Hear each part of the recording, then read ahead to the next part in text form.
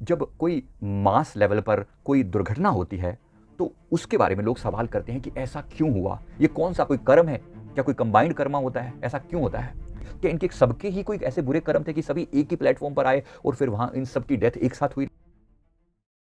नमस्कार, self awakening mission से संजीव मलिक। दोस्तों, आज का ये वीडियो है, जब कोई मास लेवल पर कोई दुर्घटना होती है तो उसके बारे में लोग सवाल करते हैं कि ऐसा क्यों हुआ कि मास लेवल पर ये दुर्घटना, मतलब इतने सारे लोग मर गए, ट्रेन एक्सीडेंट हो गया या प्लेन एक्सीडेंट हो गया या किसी तरीके से कोई और ऐसा एक्सीडेंट हो गया जिसमें अगर कारण पता चलाया जाए तो एक व्यक्ति या दो व्यक्तियों की रिस्पॉन्सिबिलिटी पता लगती है कि इसके कारण से ऐसा हुआ। तो ऐसा क्यों होता है? लोग सवाल करते हैं कि ऐसा क्यों होता है कि एक व्यक्ति ने इतने सारे लोगों की जान लेने के लिए रिस्पॉन्सिबल हो गया, ऐसा क्यों होता है? ये कौन सा कोई कर्म है, क्या कोई कंबाइंड कर्मा होता है, ऐसा क्यों होता है? पीछे भी जैसे हमने कितने ही न्यूज़ में सुना, पीछे उड़ीसा में भी वो ट्रेन हादसा हुआ, अन्य जगहों पर भी हम कुछ सुनते ही रहते हैं। तो ऐसी घटनाएं जब हमारे सामने आती हैं तो सवाल आना स्वाभाविक है कि क्या इनके सबके ही कोई ऐसे बुरे कर्म थे कि सभी एक ही प्लेटफॉर्म पर आए और फिर वहां इन सब की डेथ एक साथ हुई लगभग। तो ऐसा क्यों होता है? तो इसके हमने कारण तो बहुत सारे हो सकते हैं। अलग अलग लोग अलग अलग कारणों से एक ही जगह पर आए और बाद में उसी जगह पर जो है उनकी डेथ हुई। तो इसके पीछे कारण क्या होता है? मैंने कुछ कारण देखे तो मैं वो बता रहा हूँ। जैसे एक जगह पर मैंने कुछ कारण देखा, तो मैंने देखा कि जैसे गांव के लोग किसी स्त्री को डायन कहकर मार रहे हैं। आपने भी कभी पहले पुरानी कहानियों में सुना होगा, ऐसे लोग ना डायन डायन करके। हमने अपनी बचपन में भी हमारे ऐसी घटना होती हुई देखी है। कोई लेडी जो है ना, वो ज़्यादा तंत्र मंत्र में विश्वास रखती थी या कुछ ऐसे करके, तो लोग उसको अपशगुनी मानते थे, तो उसको बड़ा चिढ़ाते थे, इसको बार बार चिढ़ाया जाता था। अब हमारे यहाँ तो बात चिढ़ाने तक ही सीमित थी, लेकिन कहीं पर जैसे कोई कोई गड़बड़ हो गई तो मिलकर उन लोगों ने, सब ने मिलकर उस लेडी को मार डाला, मतलब उसको मार ही डाला, जान से ही मार दिया।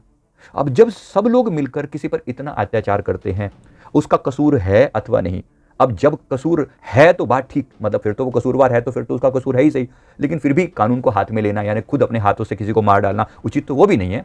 पर फिर भी शायद आप उसको कोई किसी ढंग से जस्टिफाई कर पाएं। लेकिन जब आप कोई किसी का कसूर है भी नहीं और फिर भी आप लोगों ने उसको डायन क्या कहकर ऐसे मार डाला, या कुछ ऐसी तरह किसी जेंट्स पर भी किसी तरह का कोई इल्जाम लगा दिया और उसे सबने मिलकर, इतने सारे लोगों ने मिलकर एक व्यक्ति की हत्या कर दी, मार डाला, तो सोचिए, देखिए उस वक्त उसके हृदय पर क्या बीत रही होगी, उसके मन पे क्या बीत रही होगी कि जैसे इन्होंने मिलकर मुझे तकलीफ दी है, मैं भी किसी ना किसी रूप में अपना बदला जरूर लूंगा।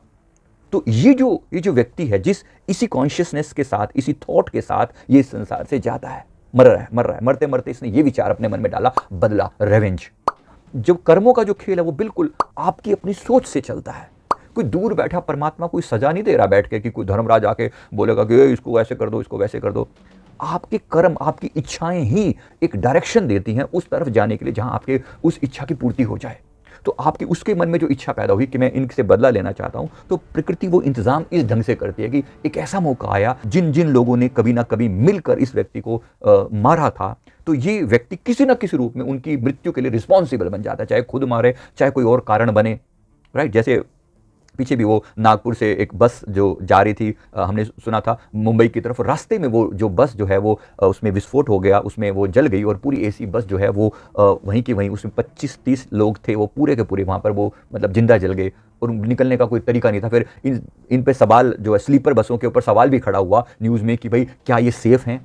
ऑब्वियसली एक बहुत बहुत बड़ी चीज़ है जिसको हमारे सरकार को, एडमिनिस्ट्रेशन को इसके बारे में सोचना चाहिए। मैं जो यहाँ पर पर्सपेक्टिव बता रहा हूँ कि ऐसा क्यों हुआ कि एक व्यक्ति और उसके सामने, उसके साथ क्या घटना घटी, उसके सामने कोई चीज़ आ गई, या वो खुद नशे में सो गया, या फिर क्या हुआ एग्जैक्ट ये तो नहीं मैं बता सकता, बट डेफिनेटली एक व्यक्ति की गलती के कारण इतने सारे लोगों को अपनी जीवन से हाथ धोना पड़ा। तो डेफिनेटली ये उसी टाइप के कर्म, उस टाइप का, अब एग्जैक्ट तो मैं नहीं जानता, लेकिन उस टाइप के किसी कर्म का ये हिसाब किताब पूरा हो रहा है। तो कर्म के विधान से कोई नहीं बच सकता। किस जो किया है, जैसा किया है, जिस रूप में किया है, वो वैसा ही मिलने वाला है। इसी तरह अनेक अनेक तरीकों से हमने कर्मों को, के इस खेल को देखा है। तो इसको, इसके प्रति सतर्क रहें, जानें, समझें।